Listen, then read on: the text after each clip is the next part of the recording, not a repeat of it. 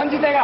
लगता तो ऑस्ट्रेलिया है, लेकिन इंडिया भी कुछ कम नहीं है। भाई यार चलो धोबिया रिलीज धोबिया देखने चलते हैं। अरे कभी तो देश के बारे में सोच लिया करो। और दोस्तों क्या हाल है? सब बढ़िया? सब बढ़िया, सब बढ़िया। अरे चचा, अरे चचा, अरे चचा, अरे चचा।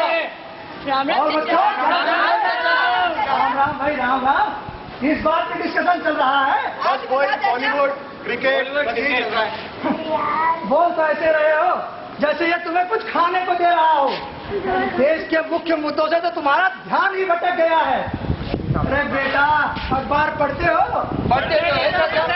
क्या पढ़ते हो? आज पढ़ा सबसे ऊपर एक राजा का घोटाला। चाचा मैं तो सिर्फ खेल प्रेस ही पढ़ता हूँ। मैं भी चाचा वही पढ़ता हूँ। चाचा मैं तो सब ब्यूटी टिप्स और फेस वीडियो रिकॉर्ड कर रहा है। सही बात है। तू फोटो ले रहा है? यही तो रोना है इस देश का। यहाँ का आदमी और यहाँ की युवा शक्ति भटक सी गई है। तुम्हें तो केवल फिरंगी छोरियां ही नजर आती हैं। अगर तुम जैसी युवा शक्ति सामने आए ना, तो मैं तुम्हें मिस्र का एग्जाम्पल देता हूँ। वो क्या है चाचा? वो क्या है?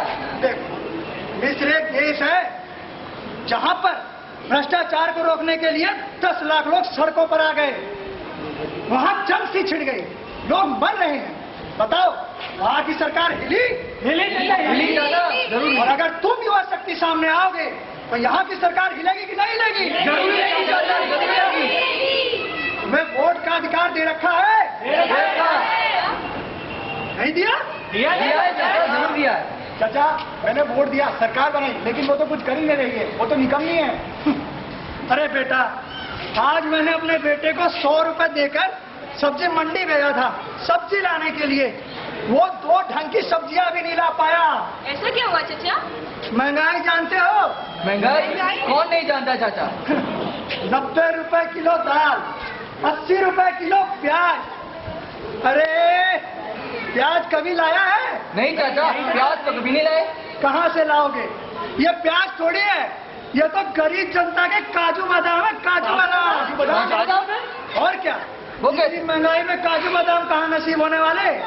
क्योंकि तुम सभी जानते हो कि सखी कन्हैया तो खूब ही कमाए, कन्हैया तो खूब ही कमाए।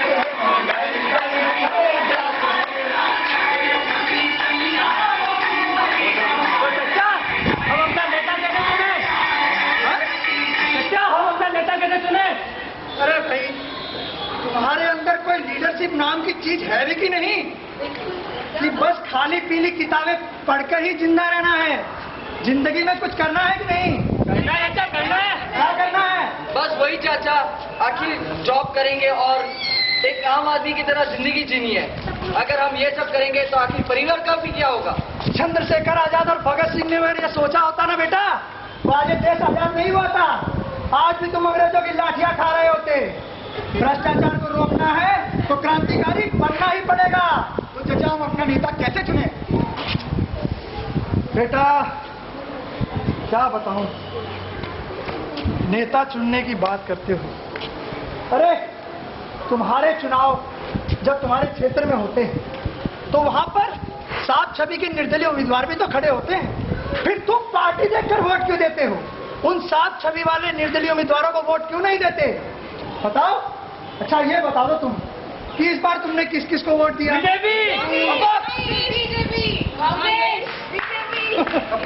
क्या कर लिया तुम्हारी बीजेपी कांग्रेस ने? कांग्रेस को जिताकर तुम सरकार में लाए, क्या किया? तुम्हारी रोजी रोटी छीन ली, तुम्हारे मुंह से निवाला छीन लिया। गरीब परिवार जो रोटियों के साथ प्याज खाता था, अब तो सच में ठंडा पानी पी के सोता है। बोलो, बोलते क्यों नहीं? अब वोट दिया है तो भुगतना पड़ेगा ही चाचा। तो भुगतो। अरे बेटा, बात तो सही कही, लेकिन भुगतने से क्या होगा? हाँ, भुगतने से क्या होगा? कांग्रेस को तुम लाए, सरकार में कौन लाया? तुम लाए, तुमने बनाई सरकार, तो तुम भी भुगतोगे। ये तो बात सही कर रहे हो चाचा। और जिसने भी किया है चाचा और जिसने नहीं किया उसको भी भुगतना पड़ेगा चाचा। ये तो अन्याय हो रहा है। न्याय कहते हैं ना बेटा कि 4 आदमियों में से कोई जरूरी नहीं कि हर आदमी सच्चा हो, हर आदमी अच्छा हो, हर आदमी गलत हो। उसमें से कोई 100% सही भी नहीं हो सकता और 100% गलत भी तो नहीं हो सकता। अब तुम जैसे नरेंद्र मोदी को ही देख लो, उसने अपने राज्य में इतना विकास करवाया, उसके विकास दर उसके राज्य की बहुत ज्यादा है, वहां की जनता सुखी है। तो वहां की जनता क्या हुई? समझदार की बेवकूफ? समझदार। और दिल्ली को ही देख लो, वहां गड्ढे हैं, गंदगियां हैं, रोज की चिंताएं। तो वहां की जनता क्या हुई? समझदार की बेवकूफ? बेवकूफ। और दिल्ली की जनता बेवकूफ हुई तो भारत की जनता क्या हुई? बेवकूफ। तो फिर क्या करें चाचा? करना क्या बेटा? करना तो तुम्ही को है, हम क्या कर सकते हैं?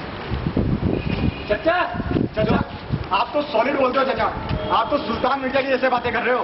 ऐसा लग रहा है जैसे आपकी बातें तो धुएं के जैसे ऊपर और नतीजे राख के जैसे नीचे। सही बात, मेरी बातें धुएं की तरह ऊपर दिख रही हैं और नतीजे राख की तरह नीचे। हाँ चाचा, सही में। सही में से ऐसे क्या होगा बेटा? यही तो खराबी है तुम युवाओं में कि तुम ये सोचते हो कि मेरी बातें धुएं की तरह ऊपर और नतीजे राख की तरह नीचे हैं। अगर तुम सब युवा शक्ति मेरे साथ आ जाओ तो मैं विश्वास दिलाता हूं कि विकास धुएं की तरह ऊपर और सारी समस्याएं राख की तरह नीचे होंगी। लेकिन क्या करें? बात सही है ना कि सुनते तो सभी हैं, करना कोई नहीं चाहता। अगर हर आदमी अपने आप में सुधार कर ले तो देश तो कब का सुधर जाएगा। समझे? जी चाचा। नहीं समझे? जी चाचा, समझे। अब क्या करना होगा तुम्हें? अगर इन समस्याओं को दूर करना है तो सभी जनता को जागरूक करना होगा। समझे? उन्हें इन समस्याओं के बारे में बताना होगा ताकि वो आगे आए, क्योंकि यहाँ जगह तो सभी हैं लेकिन इन खुली आंखों में भी कुछ आंखें बंद पड़ी हैं। उन बंद आंखों को भी तुम्हें खोलना है। तो आओ मेरे साथ, केवल क्रिकेट वर्ल्ड कप और पिक्चरों में लगने वालों, देश के लिए करने का टाइम है। करो मेरे साथ प्रण। जब तक तुम युवा शक्ति आओगे, आगे आओगे, इस देश के बारे में सोचोगे, तभी देश से भ्रष्टाचार, महंगाई जैसे मुद्दों को हम खत्म कर सकते हैं। अन्यथा ये देश केवल विकासशील रह जाएगा। क्योंकि हम सब जानते हैं कि पिछले 100 सालों से एक क्वेश्चन का आंसर कभी नहीं बदला, जो हमारे दादा, परदादा और हमारे पिताजी ने भी दिए थे और हम भी देते आए हैं कि भारत कैसा देश है, विकासशील, विकसित या कुछ नहीं। आंसर केवल एक, विकासशील। हमें इस आंसर को बदलना होगा, हम युवा शक्ति को आगे आना होगा। तो करते हो मेरे साथ प्रण? हाँ चाचा, जरूर करते हैं। तभी बना पाओगे अपने इस देश को महान। बोलो मेरा भारत महान! जागो इंडिया, जागो। जागो भारत, जागो। जय हिंद, जय भारत।